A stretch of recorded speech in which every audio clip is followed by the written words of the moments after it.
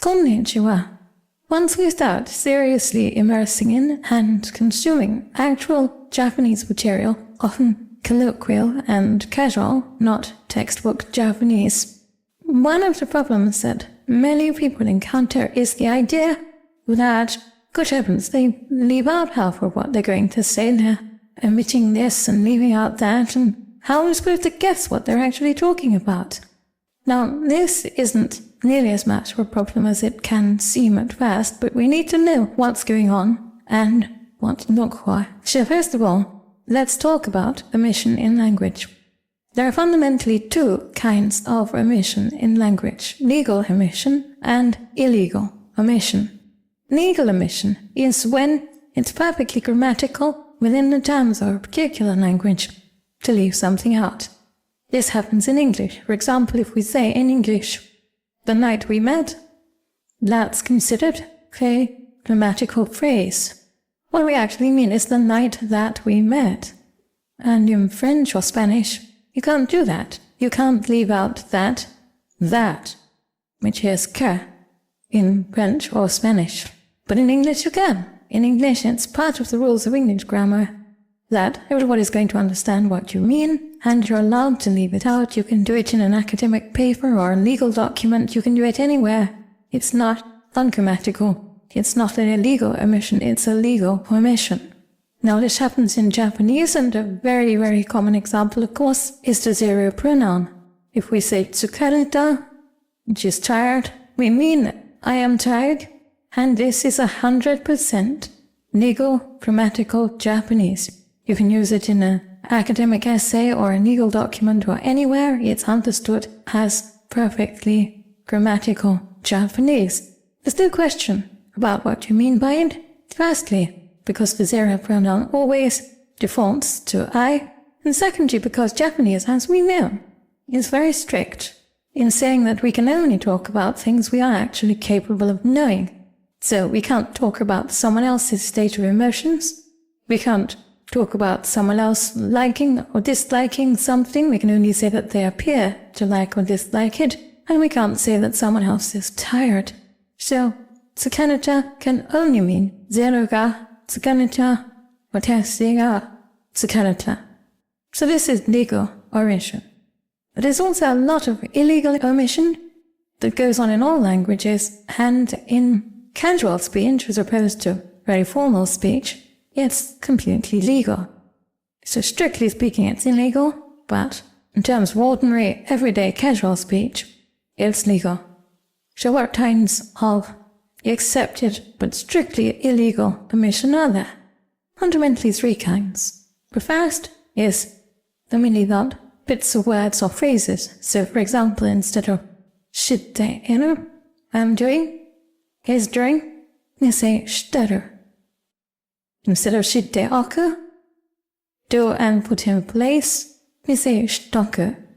Now these are taught regular legalities that they're really no different from saying shouldn't or haven't in place of should not or had not. In English, you can use them almost anywhere, but not in the most formal circumstances. A little bit further down the scale, we have things like saying wakanai instead of wakaranai, or tsumanai instead of tsumaranai.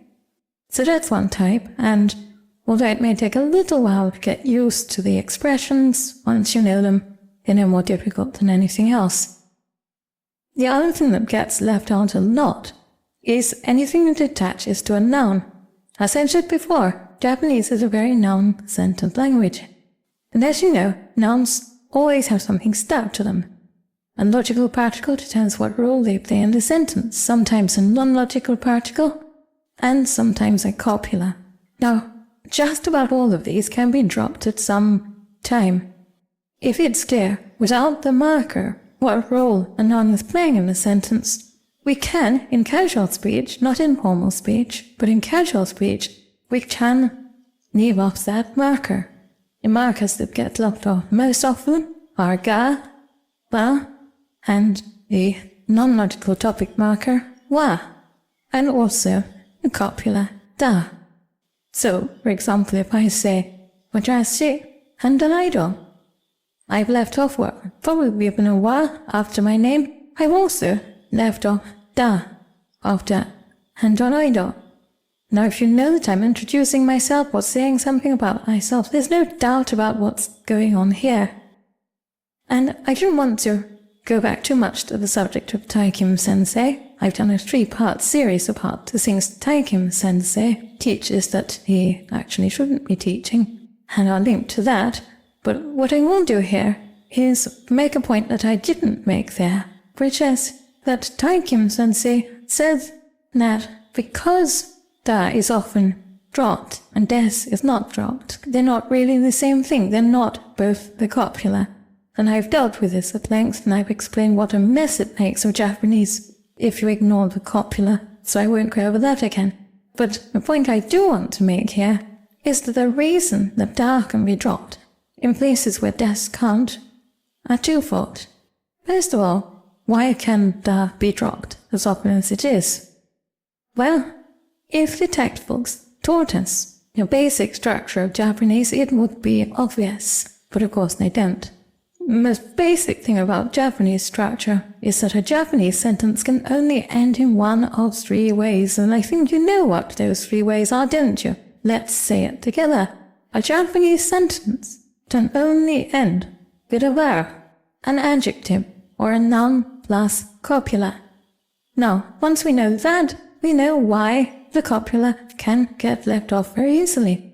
As I said before, particles and the copula get left off where it's obvious what the nouns were without marking them. That's when they get left off. Now, if a noun comes at the end of the sentence, we know that it's not a verb sentence. We know that it's not an adjective sentence. We know that it's a noun plus copula sentence. And since we know that, we can, if we want to, draw a copula. And this, I think, is why Taikim Sensei gets lured into saying that Da is a declarative, a sort of verbal exclamation mark. What he says is that people use Da when they want to stress what they're saying. Well, there's a certain amount of truth in that, because the fact is that you can, in casual speech, always drop a copula and still be understood. So if you're speaking at the kind of casual level where you probably would be dropping it, then when you intuit it is when you want to stress what you're saying. It's not really as simple as that, because a lot of people don't drop it. Not everybody drops it all the time. It's a bit more complex than that. But the idea that it is a declarative at least has that grain of truth in it, that because you can drop it pretty much whenever you want to in casual speech, you often include it because you want to stress it. So if it's easy to drop the copula when it's Da, why isn't it easy to drop it when it's Des? Taikim Sensei turns this into a whole argument with the fact that Da and Des are 2 different things. But if you think about it, it's perfectly obvious why Da does get dropped. I've explained that already. And why Des doesn't. Des doesn't get dropped because it's formal speech.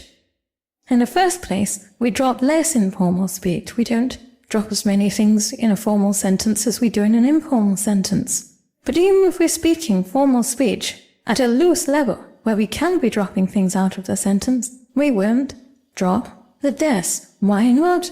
Because there's only one thing that makes te nego, desumasu level speech, into te nego, and that's the fact that we add the mashu helper verb to the end of verb sentences, and the desu copula to the end of noun plus copula sentences, and even, redundantly, to the end of adjective sentences.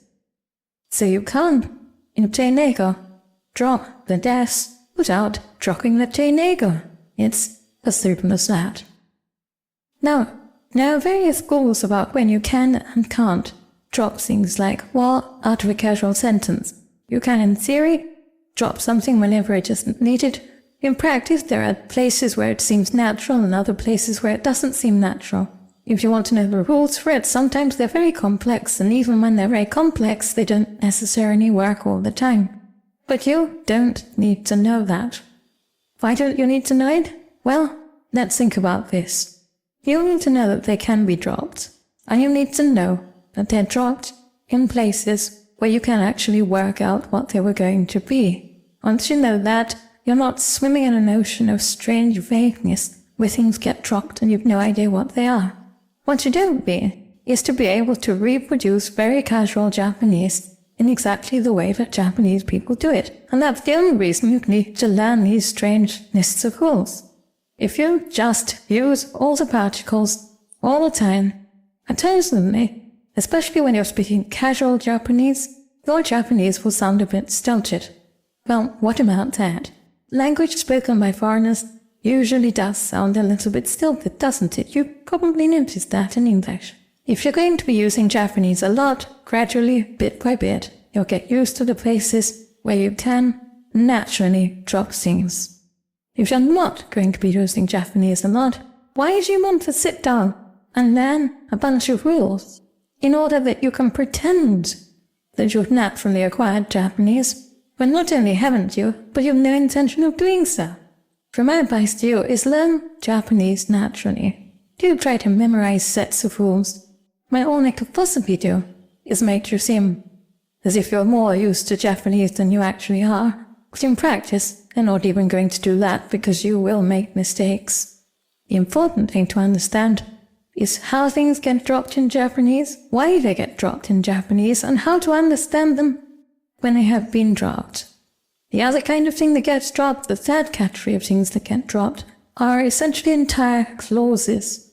People often end a sentence with a te form or a because or a but kind of ending, and what they're doing on these occasions is leaning into a second clause that would add for more information, but they're not stating that clause, and that can serve a variety of purposes. You can hint at something they don't want to say, you can hint at something that they think is too obvious to need to be said, or it can be used just to soften the thing you're saying right now, or perhaps to strengthen it a bit. I've talked about this in other places, and I'll link to the places where I've done that. But these are the fundamental principles of omission in Japanese, and once you know them, the whole thing becomes much less puzzling.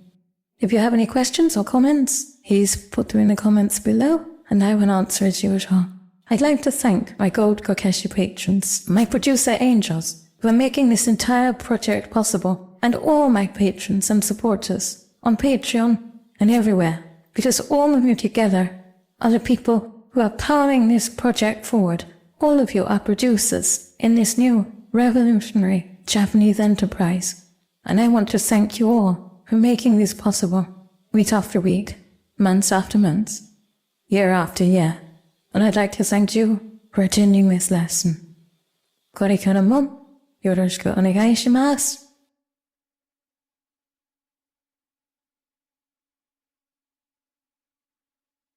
Just dismissed.